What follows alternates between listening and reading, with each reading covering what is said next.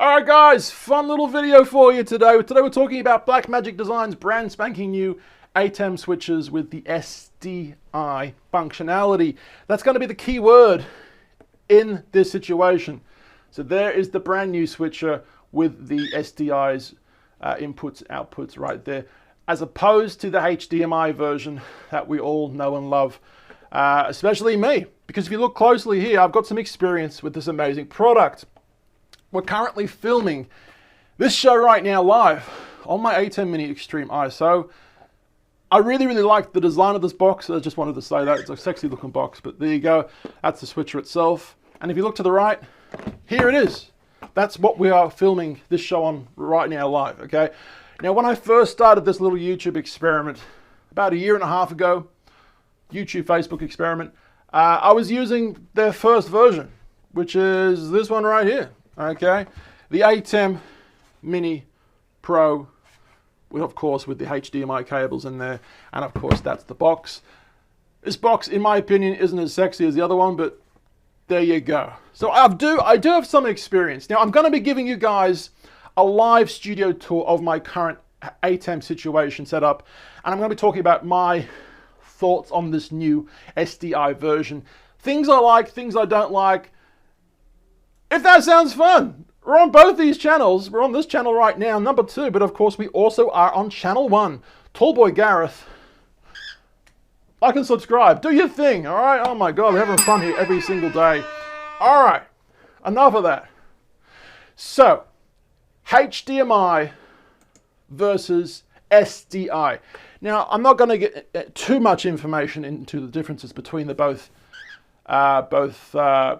cables, but the major difference between the both cables, if I can stop this fight from happening behind me. Can you stop that? All right, thank you, Rosie Chicken. Okay, come on. Okay, good boy. Okay, kiss. He's not in the mood for a kiss. The major difference between HDMI and SDI is, well, if you have a PlayStation 5, PlayStation 4, whatever, DVD player, and you want to plug that DVD player or PlayStation into your TV, you use HDMI. All right, it's an awesome, well-adapted cable system used all around the world. It's awesome. You can't go wrong with it. You can actually, all right? The longer the HDMI cable is, the less likely that signal from your device to your TV is going to work. Now, I've had 10-meter HDMI cables in the studio, and they don't work, okay?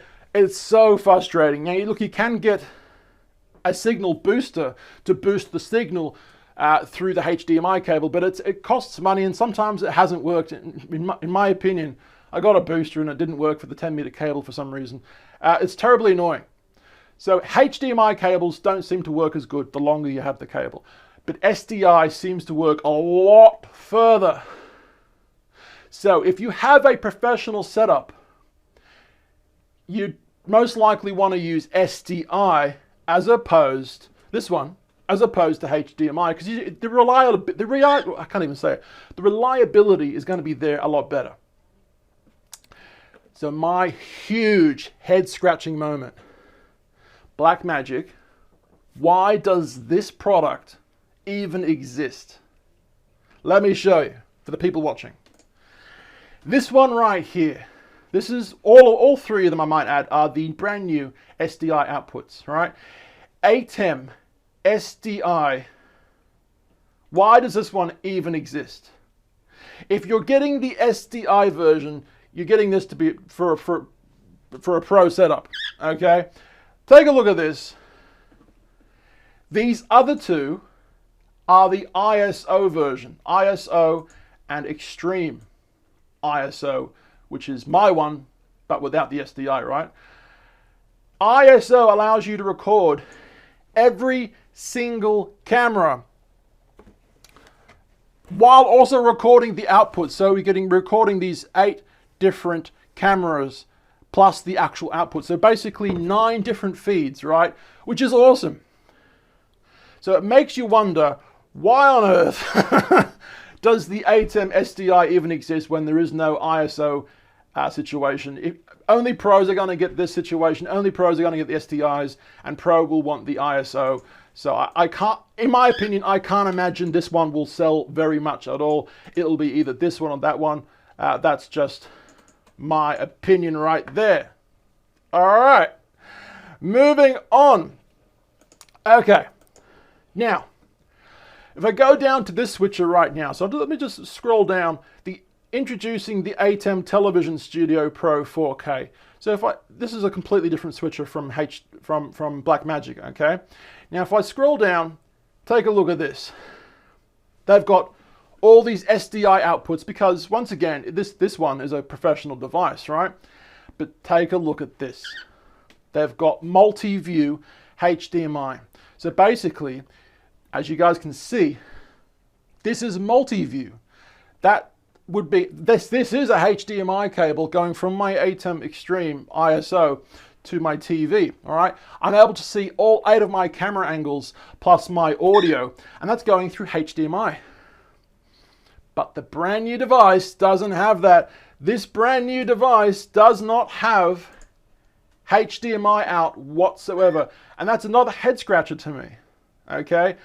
It would have been amazing had they had at least one HDMI in and one HDMI out, right? To have the ability to connect your computer. I mean, this is my computer right now, right? Let me quickly show you. I am going to give you a studio tour, but using this, right? I mean, this is my computer screen, okay? And this is my studio right there. Hello, everybody. And HDMI. Easy access from your computer to your switcher. One in and one out to a TV. Would have been amazing for this new model, but it doesn't have it. It has the SDI out and SDI in, okay? Interesting. So that's going to be camera 1, camera 2, camera 3, camera 4. Look, you can get adapters.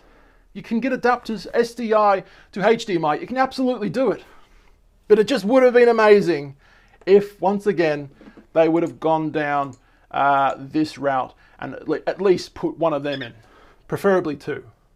One for a computer monitor and one for a TV monitor. That's just my little situation regarding that. Now, there are the prices currently for the for the HDMI ones. This is the ATEM Mini, not even the Pro, so you can't even do certain functionalities with this one, like record. I don't think you can't actually record to an external hard drive with this one, which is a bit unfortunate. This is my version, the HDMI ATEM Mini Pro. And of course you can get the ATEM Mini Pro ISO, going up to these two right now, the ATEM Mini Extreme and the ATEM Mini Extreme ISO. I have this one. The current price for the brand new ones with the SDI functionality are right here, okay? Boom. So this is basically, if I can show you, this is basically my one on the right, but with HDMI. Okay, interesting. Would like to see 4K. Now, as cool as this is, as cool as an upgrade as this is, if you currently own one of these or one of these, do you need to upgrade? Well, unless you're going to be using your studio space with SDI cables, then no. I mean, if you are, yes, get it. If you want to expand your studio's quality with SDI cables, yes, get it. If not, there's absolutely no reason. They're basically the same, in my opinion. They look exactly the same. Where are we? They look exactly the same from each other, and they have exactly the same functionalities, it would seem. But one just has SDI, one has HDMI. So there you go. Okay. Now, I did promise you a bit of a tour of my setup. So let's just do that right now using my phone that's connected to my switcher. So this is pretty much where I stand when you guys are watching me. This is my table. This is my computer. This is my TV screen with all my picture-in-pictures. Now what I'm going to do, speaking of picture-in-picture, I'm going to put my picture-in-picture on for you guys right now. Hi, how's it going? So there's my TV screen with all my information telling me my sound. My sound is down there.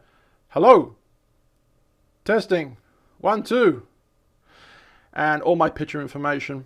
Okay, and if I go up, here is my teleprompter monitor on a slider, GVM slider.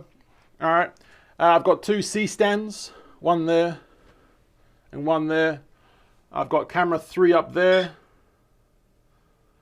camera 2 behind the teleprompter, and camera 1 right there. And I've got these 2 C-stand, what would you call them, poles that are both supporting my camera, my Canon camera up there. So if I go back down now to camera 5, I think it is. Hi, there we go. This is this amazing picture quality from there. Now, if I can actually zoom in and out like so. So let me just show you what that looks like. Just like that, easy enough, right? Going back to camera 7 again. Do you guys potentially want to see what's behind my switcher? Because as you guys know, I have the HDMI version, not the SDI. So I'm going to get rid of the picture-in-picture now, and then I'm going to literally walk around my table like this and show you behind. Deal? If you're liking this content, guys, 4 videos a week, like I said, Monday, Tuesday, Thursday, Friday, technology reviews, world news, trending topics, things like that. Just fun. Pretty much fun. Let's do it right now, okay? Slowly walking behind my switcher. And I've got a light here so you guys can see today. I don't usually have that light on like that, but it is all ready and raring to go.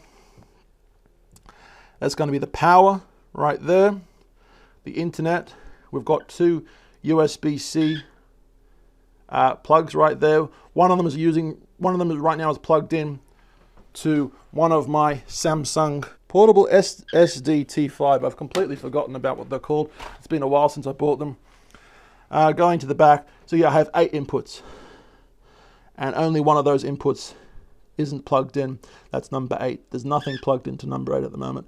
My iPhone's plugged into number 7. And then of course there's 6, 5, 4, 3, and 2. And then we've got, if I can zoom in, we've got microphone 1 and 2 and headphone jack. We haven't got anything to the headphone jack at the moment, but that's basically what's going on there. All right. So the question remains, are you guys going to get one of these things? And if you are, which version are you getting? Do you currently have the HDMI version? This one right here. And if you do, is it really worth upgrading to the newer version? Well, unless of course you really need to use SDI for long distances, then no, you don't really need to upgrade because they're basically the exact same. They're basically the exact same from the previous version. So there you go. I hope I've helped you guys in some way with this show. If I have, once again, you know what to do on both these channels, 2 and 1. You know, what I'm really looking for, this is one last thing I'm going to say. What I'm really, really looking for is a Blackmagic switcher with 4K capability. That's really what I want. I think when they finally do release a switcher with 4K capabilities in this form factor, whether it be this one right here or this one right here, when they finally do release one of these in 4K, it's going to be game changing for a lot of people, including myself. I would like to use my cameras, my 4K capability cameras, with a 4K switcher at roughly the same price point as the ones we currently have for these, right here.